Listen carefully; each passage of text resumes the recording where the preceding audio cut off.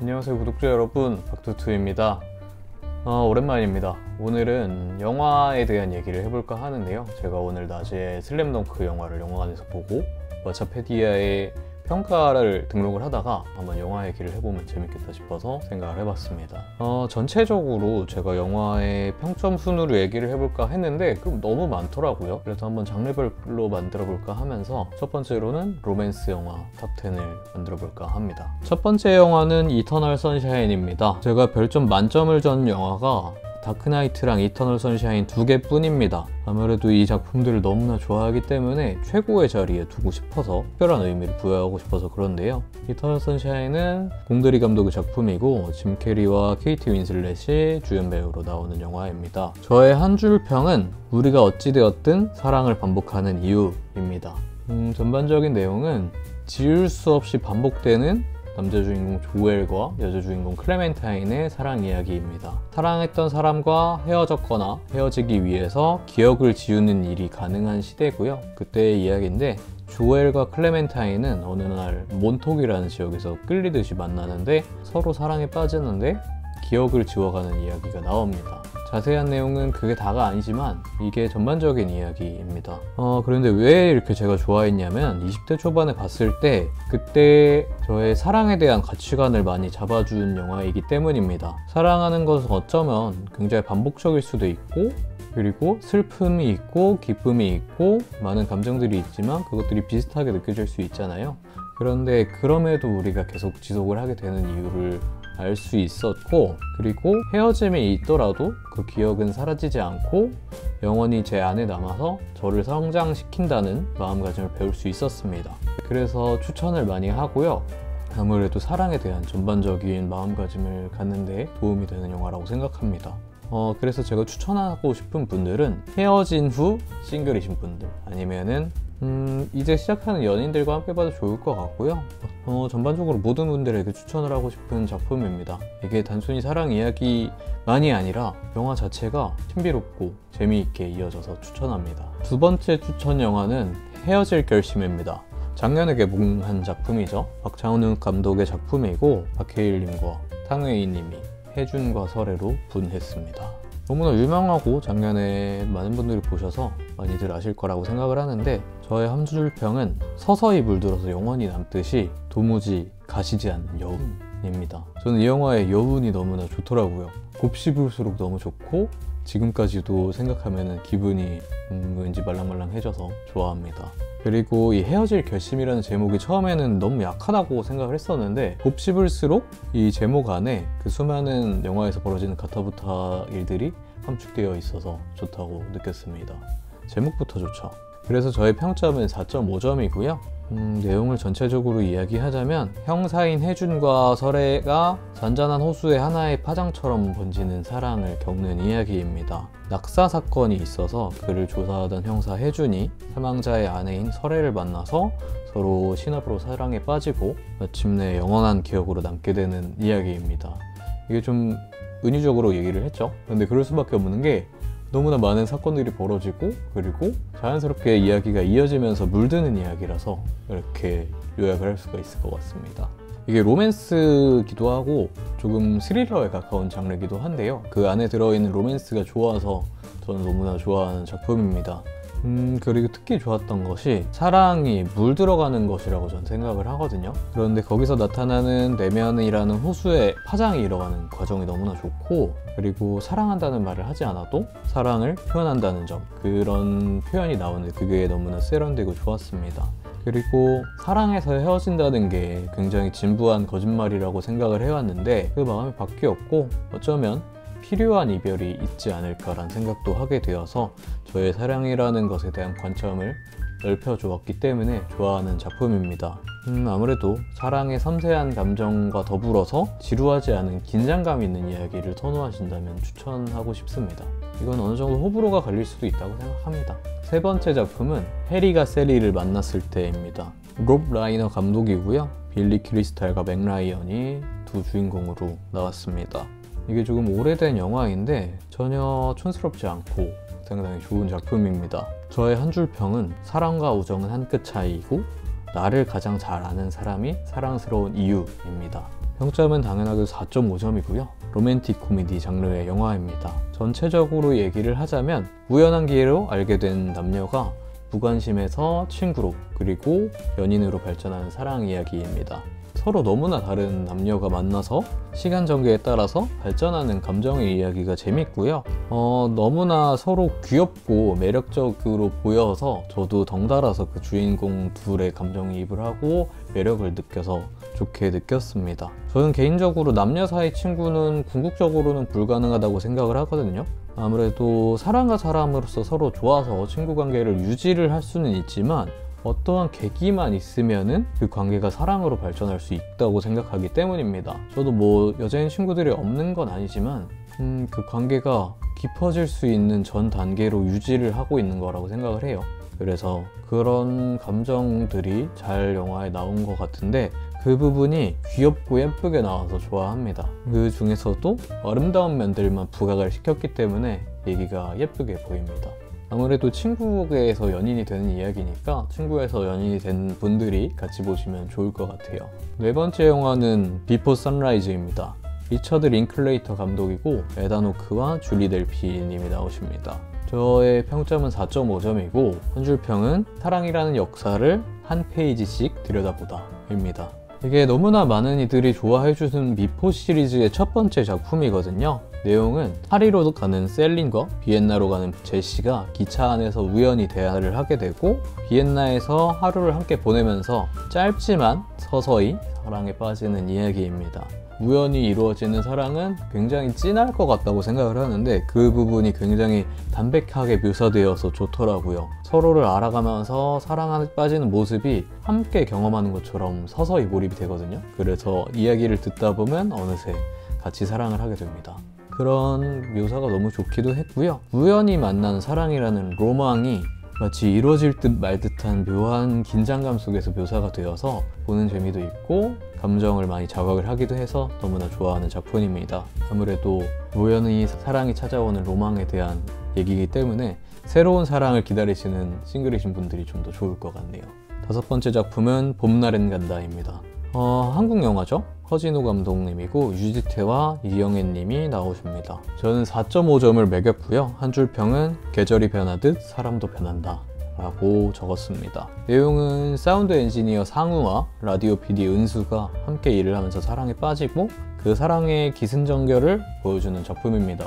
그리고 이 영화가 유명한 이유가 라면 먹고 갈래요? 라는 밈의 원조가 된 영화입니다. 사실 정확히는 라면 먹을래요? 라고 나오고 그리고 정말 라면만 먹거든요. 그럼에도 이 밈의 시초이기 때문에 하나 재밌는 면이고요. 이것도 제가 20대 초반 때 봤어요. 헤어지고 나서 싱글일 때 봤는데 아무래도 제가 그때 연애 경험도 많이 없고 많이 서툴고 어렸기 때문에 많이 공감을 할 수가 있었습니다. 이 내용이 사랑에 원숙한 여자와 순수하기보다도 오히려 사랑이 서툴고 미숙한 남자의 사랑 이야기라서 20대 초반에 치기 어리고 찌질한 남자의 모습을 공감할 수 있었습니다. 그래서 처음 볼 때는 다들 은수가 마녀다라고 생각을 하지만 사실 돌이켜보면은 서툴고 철없는 상우가 미워 보이는 거죠. 그래서 곱씹을수록 또 좋은 영화라고 생각합니다. 그래서 아무래도 제가 그랬듯이 성숙한 사랑을 하고 싶은 어린 마음의 사람이 한 번쯤 봤으면 좋겠습니다. 아니면 혹은 그 시간이 지나서 옛사랑을 관조적으로 바라보시는 분이 한번 보면서 추억이 잠기는 것도 좋을 것 같네요. 다음 영화는 라라랜드입니다. 너무나 유명한 뮤지컬 영화죠. 이것도 많은 분들이 최애 영화로 많이 꼽으실 텐데 저도 좋아하는 작품 중에 하나입니다. 저는 이 영화도 4.5점을 매겼고요. 제 한 줄 평은 이것은 사랑 이야기이지만 꿈을 향한 이야기입니다. 재즈 피아니스트 세바스찬과 배우 지망생 미아가 만나서 서로 처음에는 고깝게 보다가 결국엔 사랑에 빠지고 각자의 꿈을 찾아 나아가는 이야기입니다. 아무래도 음악도 너무 좋고 분위기도 좋고 연출도 좋지만 무엇보다 좋은 거는 사랑 이야기이자 꿈 이야기라서 저는 너무 좋았습니다. 제 생각에 사랑은 서로만 바라봐도 좋지만 같은 곳을 바라보면서 함께 나아가는 게 중요하다고 생각을 하거든요. 그래서 결말에 대해서도 사실 이견이 많죠. 왜냐면 이게 행복하게 잘 살았습니다 하고 끝나는 게 아니라 장면 전환만으로 그 상황이 예상 밖으로 전개가 되고 마무리가 되어서 그런데 사실 저는 그것도 굉장히 좋다고 생각을 했어요. 왜냐면은 마지막에 서로의 눈맞춤에서도 알 수 있듯이 사랑하면서 발전하고 각자의 꿈을 쫓아서 가는 게 또 다른 해피엔딩이라고 생각해서 마무리까지 좋았던 작품입니다. 이것도 제가 보면서 사랑에 대한 관점을 많이 키울 수 있었어서 저에게 성장에 도움이 된 영화라서 좋아하고 추천합니다. 연인과 함께 보면서 각자의 꿈 이야기를 하면 좋은 영화라고 생각합니다. 추천합니다. 다음 영화는 조블랙의 사랑입니다. 이 순위에서 가장 최근에 본 작품이고요. 마틴 브레스트 감독의 브래드 피트, 안소니 홉킨스가 나옵니다. 제 별점은 4점이고요. 사랑을 비롯한 불완전한 우리들의 인생이 아름다운 이유라고 적었습니다. 내용은 이게 사실 신기한 내용이에요. 성공한 대기업 회장 페리 씨에게 죽음, 이건 죽음이라고 영어로 쓴 묘사되고 한글로 보자면 저승사자가 찾아옵니다. 인간의 육신을 빌려서 찾아오는데 페리 씨에게 저승으로 갈 시간을 늦춰주는 대신 자신을 인간 세상을 경험시켜 달라라고 서로 약속을 하게 됩니다. 그래서 조블랙이라는 이름을 얻게 되고 페리 씨와 함께 이승을 경험을 하게 돼요. 그러면서 저승사자는 인간 세상의 아름다움을 느끼게 되고 그 과정에서 수잔과 사랑에 빠지는데 그 묘사가 굉장히 좋습니다. 로맨스라기보다도 드라마 장르고요.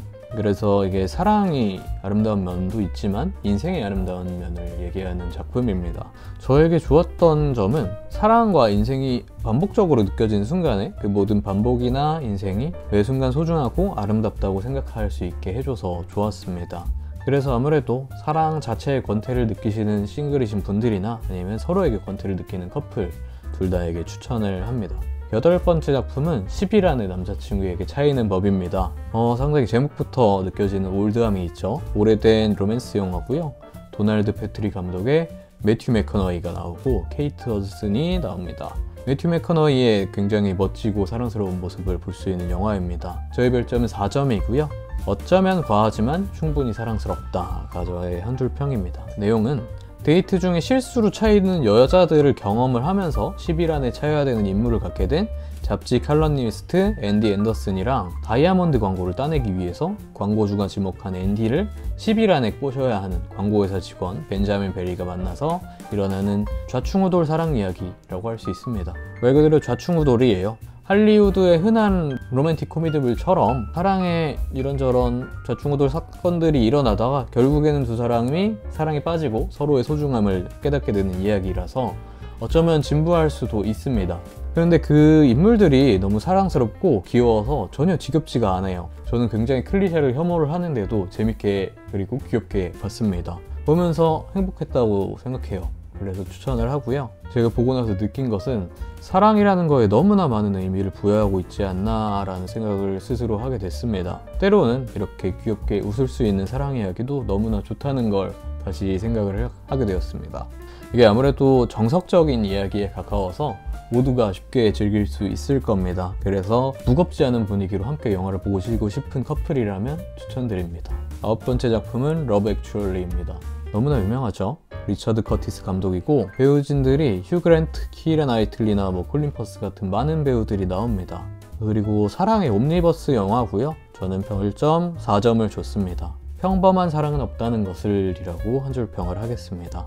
크리스마스를 준비하는 여러 커플들의 이야기고요. 거기는 남녀노소 다 나오고 그리고 혹은 비윤리적이거나 동화 같은 사랑 이야기가 다 담겨 있습니다.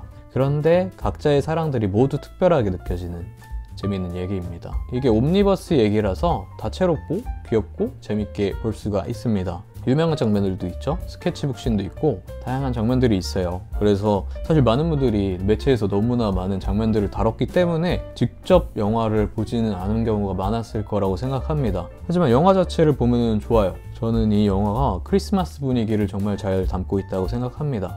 그 크리스마스의 감성과 설렘이 아주 집약돼서 들어가 있고 또 모든 사랑이 특별하다는 메시지가 있어서 재밌게 볼 수 있고 행복하게 볼 수가 있습니다. 그래서 높은 순위를 매기게 되었고요. 저는 모든 연인들이 한 번쯤은 같이 보면 좋다고 생각을 합니다. 이거는 영화 보면서 얘기도 할 수 있고 와인 마시면서 봐도 좋고 기분 좋은 영화니까 모두에게 추천합니다. 참고로 이게 청불 버전이랑 모두가 볼 수 있는 버전이 있는데 거기 한 커플의 내용이 있고 없고 차이거든요. 그 커플이 소재가 좀 이색적인 거라서 그거는 취향껏 선택하시면 될 것 같습니다. 마지막 영화는 500일의 썸머입니다. 이것도 너무나 유명하죠. 마크 웹 감독이고 조셉 고든 레빗, 조이 데이 샤넬 님이 나옵니다. 제 별점은 4점이고요. 한 줄 평은 찌질의 역사라고 하고 싶습니다. 웹툰 제목인데 많이 비슷하다고 생각을 해요. 평범한 남자 톰이 썸머를 만나서 사랑에 빠지고 500일간 연애를 하는 이야기를 톰의 입장에서 하게 되는 내용입니다. 너무나 유명하고 많이들 좋아하셔서 짤로도 유명한 영화죠. 근데 사랑의 아름다운 면만 그린 게 아니고 사랑 앞에서 유치해지는 감정이나 구질구질한 모습들을 함께 보여주는 영화입니다. 톰은 운명 같은 사랑을 희망하지만 그 생각이 지속되기 힘들었고 그에 관해서 썸머에 대해서 자신만의 생각을 하게 됩니다. 너무나 사랑하기도 하고 너무나 나쁜 여자로 생각하기도 합니다. 다분히 톰의 입장에서 나타나기 때문에 그렇고 아무래도 연애의 모습 전부를 담고 있지 않다고는 생각합니다. 연애의 환상이 있을 때면은 그 내용을 공감을 많이 할 수 있을 거라고 생각을 해요. 저도 이 영화를 20대 초중반에 봤고요. 지금 뭐 제가 연애를 잘한다 못한다 라고 얘기할 순 없어도 적어도 연애와 사랑이라는 감정이 절대적이라고 생각하진 않고 또 개척할 수 있는 거라고 생각을 합니다. 그런데 저도 그때 당시에는 많이 환상이 있었기 때문에 영화의 결말로 도달하는 기승전결에서 많이 배울 수 있었습니다. 그래서 그때 본 이후로 다시 보진 않았는데 다시 보면 오히려 더 좋을 수도 있을 것 같네요. 그때와 다른 생각이 들 것 같습니다. 아마도 이게 표현 방식의 차이는 있지만 앞에서 추천했던 봄날은 간다랑 일맥하는 이야기라고 보입니다. 보면서 저는 사랑에 대해서 많이 배울 수 있었으니까 다른 분들도 어느 정도 관점을 키울 수 있지 않을까 생각을 합니다. 그래서 사랑이 뭘까라는 고찰을 하면서 혼자 보면 좋을 만한 영화라고 생각합니다. 여기까지가 제가 생각하는 로맨스 영화 탑 10입니다. 여러분들도 많이 보시고 공감해 주셨으면 좋겠네요. 다음에 또 찾아오겠습니다. 감사합니다.